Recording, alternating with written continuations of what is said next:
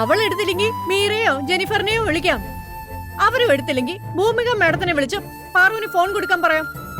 എന്നിട്ട് എന്താ നമ്മളോടൊന്നും സംസാരിക്കാത്തതെന്ന് ഞാൻ അവളോട് ചോദിക്കാം.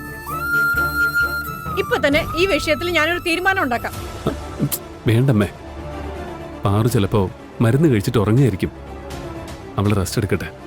ശരി, ഞാൻ വിളിക്കുന്നില്ല.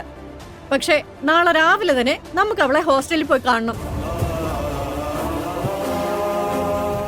പാറുവിനോട് സംസാരിച്ച് അവളുടെ പ്രശ്നം എന്താണെന്ന് നമുക്ക് മനസ്സിലാക്കണം. നീ ഇങ്ങനെ വിഷമിച്ചിരിക്കുന്നത് കാണാൻ എനിക്ക് വയ്യ.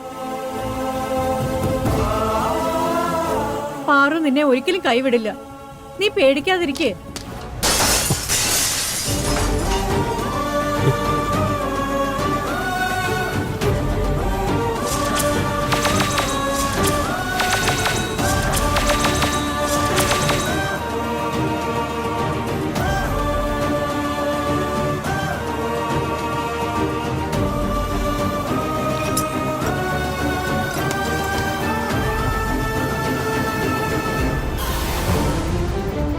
ഫോട്ടോ ഇങ്ങനെ താഴെ വീണ് പൊട്ടുന്നത് അപശകുനമല്ലേ? എന്താ അമ്മ ഇതിന്റെ അർത്ഥം? പാറു എന്തെങ്കിലും പ്രശ്നത്തിൽപ്പെട്ട് കിടക്കുകയായിരിക്കും. നീ ഈ പ്രായത്തിൽ എന്തിനാണ് അന്ധവിശ്വാസികളെ പോലെ സംസാരിക്കുന്നത്?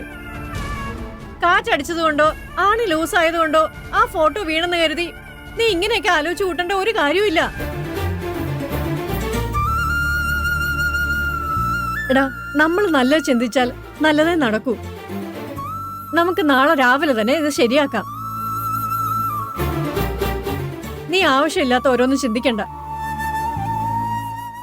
നിനക്ക് നല്ല ക്ഷീണമുണ്ട്, പോയി കിടന്നുറങ്ങ്. രാവിലെ എണീക്കുമ്പോഴേക്കും എല്ലാം ശരിയാവും. ഇല്ലമ്മേ, എന്തോ പ്രശ്നമുണ്ടെന്ന് എന്റെ മനസ്സ് പറയുന്നു. ഒരു പ്രശ്നമില്ല, നീ അത് എനിക്കതാ.